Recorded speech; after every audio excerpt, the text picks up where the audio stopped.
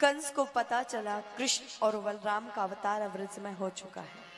कंस अपने दैत्यों को भेजता, लेकिन कंस जब अपने दैत्यों को भेजता तो उस समय किसी का कोई प्रभाव नहीं पड़ता, सबका प्राणांत हो जाता।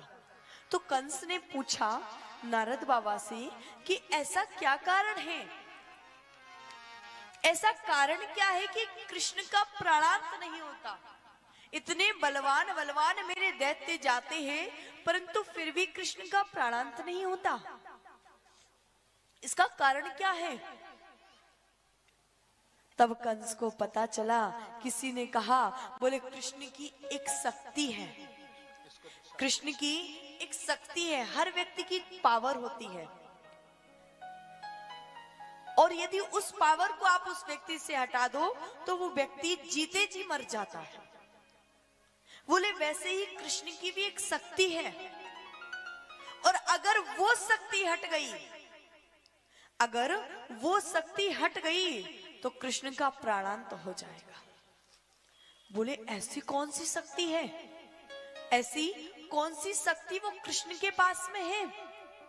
तो बताया, बोले वर्षाने में है श्री राधा रानी, वर्षाने में श्री राधा रानी। कंस ने कहा अच्छा। अब कंस ने योजना बनाई कि मैं राधा रानी का ही हरण करूंगा, राधा रानी का ही प्राणांत कर दूंगा। गर्ग संहिता में कथा आती है, गर्ग संहिता की कथा है, आप लोग पढ़ना कभी, बड़ी सुंदर। अभी संक्षिप्त में आपको बताती हूँ, कभी अवसर मिला तो विस्तार से सुनाऊंगी। जब कंस के मन में विचार आया और कंस को इस बात का पता चल गया जब किशोरी जी का जन्म हुआ और जैसे किशोरी जी का अवतार हुआ, इधर बधाइयां हो रही थी, सब बैठे हुए थे, उसी समय कंस भी गया किशोरी जी का दर्शन करने के लिए। तो सारे वर्षाने में हल्ला मच गया, बोले महाराज आए हैं, महाराज आए हैं, महाराज आए हैं। बोले कौन महाराज आए हैं, बोले राजा कंस आए हैं।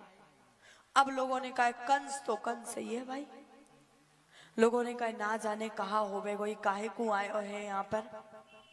लेकिन कंस जैसे ही पहुंचा वृषभानु जी के महल में तो द्वारपालों ने भगाने लगे, तो वृषभानु जी ने कहा कंस को अंदर आने दो। और जब कहा तो उसी समय कंस आया महल में और जैसे ही महल में पहुंचा,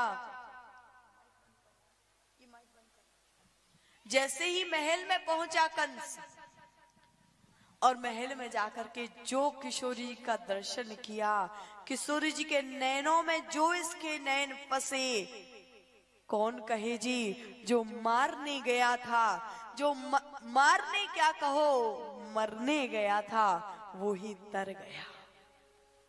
जो किशोरी जी के नैनों से इसके नैन मिले, और वास्तव में सत्य बात है, एक बार जिससे मेरी किशोरी, मेरी लाडली जो जिससे एक बार नैन मिला लेती हैं, कहते हैं जाके लगे सुई जाने वृथा पर पीर को उपहास करे ना, सागर जो जुग जाते हैं चित्त में कोटि उपाय करे पे टरे ना, न किसी का करी आंख परे सोई पीर के मारे धीर धरे ना, तो फिर कैसे धीर धरूं सजनी, आंख में आंख परे निकरे ना, आंख में आंख परे निकरे।